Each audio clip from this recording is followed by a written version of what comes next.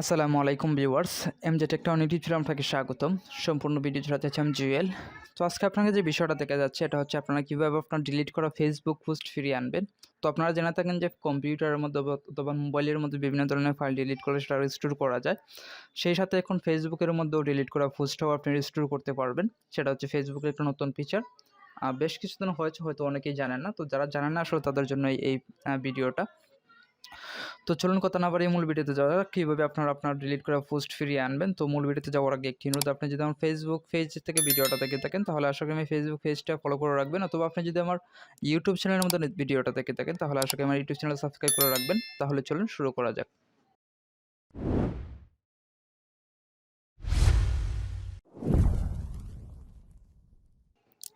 তো প্রথমে আপনার ফেসবুক অ্যাপটা ওপেন করবেন। আমি এখানে আমার ফেসবুক অ্যাপটা ওপেন করতেছি। ওপেন করার পর আপনাদের সামনে আমি এখন একটা ফেসবুক পোস্ট ডিলিট করব এবং আপনাদের সামনেই আবার এটা রিস্টোর করব। তো আমি আমার প্রোফাইলে যাচ্ছি, প্রোফাইলে গেলাম।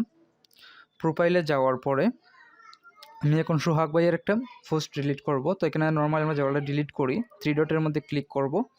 তারপর এখানে দেখতে পারবেন এখানে কোনো সরাসরি এখানে ডিলিট অপশন নাই, কারণ ফেসবুকের যে আপডেট ভার্সন বা নতুন সিস্টেম সেখানে আসলে সরাসরি কোনো ডিলিট অপশন নয়। সেখানে লিখে আছে মুভ টু ট্রাস্ট, এটা হচ্ছে ডিলিটের পরিবর্তে এখানে দেওয়া হয়েছে এই অপশনটা। তো আসলে আপনি আপনার ডিলিট করা পোস্টটা তখনই আপনি ফিরিয়ে আনতে পারবেন যখন আপনি এই অপশনটা ইউজ করে আপনার পোস্টটা ডিলিট করবেন।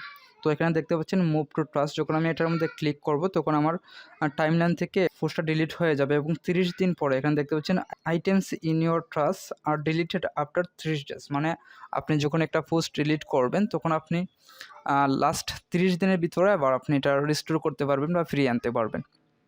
তো এখন আমি মুভ টু ট্রাস্টের মধ্যে ক্লিক করব। তারপর মুভের মধ্যে ক্লিক করে আমি কনফার্ম করব।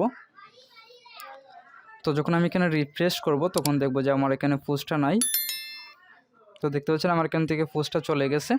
তো এখন এই ডিলিট করা পোস্টটা আমি কোথায় খুঁজে পাবো?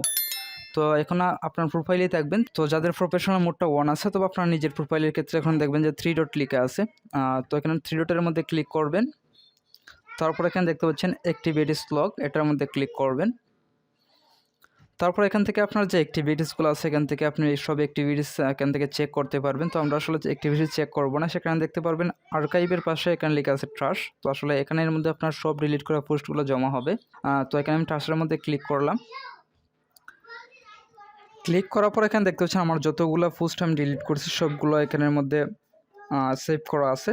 তো এখান থেকে আমি এখন রিস্টোর করতে পারবো। এখানে দেখতে পাচ্ছেন আমি যে পোস্টটা এখন ডিলিট করছি এখানে লিখে আছে 29 ডেজ লেফট, মানে এখানে 29 ডেজ আরও এখানে থাকবে, তারপরে আমার পোস্টটা ডিলিট হবে। তারপর আমি রিস্টোর করতে পারবো না। তো এখানে আমি যেগুলা রিস্টোর করতে চাইবো অবশ্যই সেগুলোর মধ্যে টিক মার্ক দিয়ে নিব।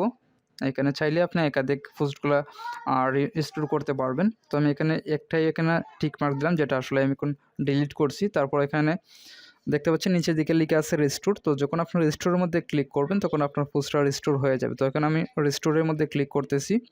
তারপর রিস্টোরের মধ্যে ক্লিক করে কনফার্ম করব।